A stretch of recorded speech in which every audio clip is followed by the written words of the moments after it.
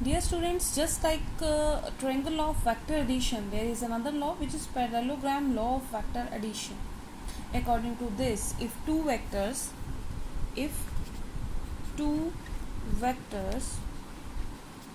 are represented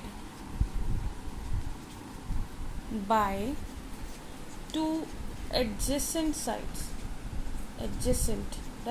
two adjacent sides of a parallelogram, then their resultant is represented by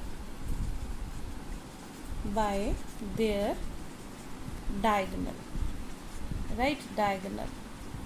Now let us consider these are the two sides, two adjacent means these are adjacent sides, right? So these two sides represent of a parallelogram. Let me draw this complete this parallelogram. That this is O, P and Q, and two vectors A vector and B vector are represented by two adjacent sides of a parallelogram. Then their resultant is represented by the diagonal, right? Now to find out the resultant, we will do the same method as we have done in the triangle of vector addition. Why so? Because in this case again you can see here that this angle is theta. This is let I name it at A, and let this is A B नहीं हम दे सकते. Let this is PK and L, right? So clearly this OQ is equal to PL. So this is again B. So from as we have done previously in our vector addition, so this KL will be B sin theta, and this PK will be B cos theta. So this whole OK will be A plus B cos theta, and this LK, as I told you earlier, is B sin theta. So this R vector, which is OL, so OL square is equal to OK square plus KL square. So again putting the values, R square is equal to, we will get A square plus B square plus 2AB cos theta, as we have done previously in the triangle of vector addition. And again the resultant beta, let this angle is beta, is given by B cos theta upon B sin theta upon, because this is the triangle law, tangent is perpendicular upon base, so perpendicular is B sin theta. This is B sin theta upon A plus B cos theta. Now we will discuss about the special cases,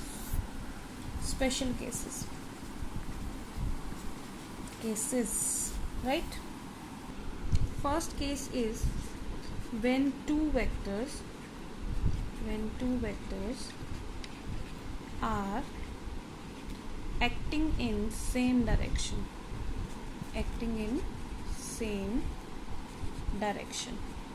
means this angle theta is 0. Same direction means this is OP and this is QL, PL, both are in same direction, means this turn out to be like this, same direction. So this theta becomes 0. So in that case, that is theta is equal to 0. So cos theta is equal to cos 0 is equal to 1, while sin theta is equal to sin 0 is equal to 0. So putting the values here, R we have just calculated here. R is equal to root A square plus B square plus 2AB cos theta is 1. So we write here 1. So this is A plus B whole square root. So that is equal to A plus B. We have mentioned it clearly in our first case also. When two vectors are acting in same direction, then the resultant is given by the sum of the magnitudes of that vectors, right? Similarly, second case, when two vectors are acting in opposite direction. In this case, theta is equal to 180 degree. Opposite direction means one is in this direction, and this vector, if I say that this point is representing arrow and this is in this direction like this, So what is the angle? Angle is 130, means this vector is lying in this direction. So this angle will become 180 degree. So in that case, cos 180 degree is equal to -1, right? And sine 180 degree is equal to 0. So again, what we will get here, r is equal to a square plus b square plus minus 2ab, right? Cos 180 is -1, so this is the root in that case.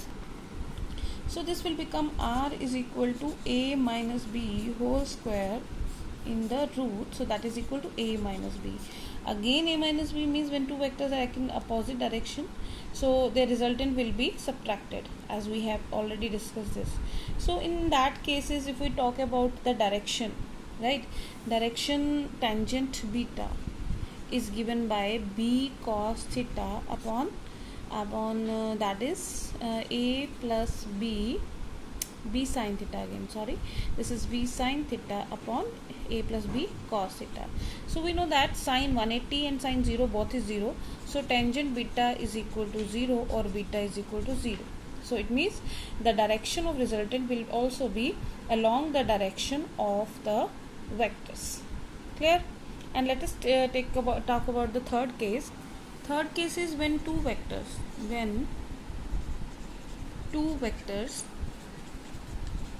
are at right angle to each other. In this case, theta is equal to 90 degree. So cos 90, we know that is equal to 0, and sin 90 is equal to 1. So resultant r is given by a square plus b square plus 2ab into 0, because cos 90 is 0, and r is equal to root of a square plus b square. Now if we want to calculate the direction, tangent beta is equal to that is given by b sin 90 upon a plus b cos of 90. So that becomes equal to 0 and that becomes equal to 1. So that is b by a, or beta is equal to tangent inverse b by a.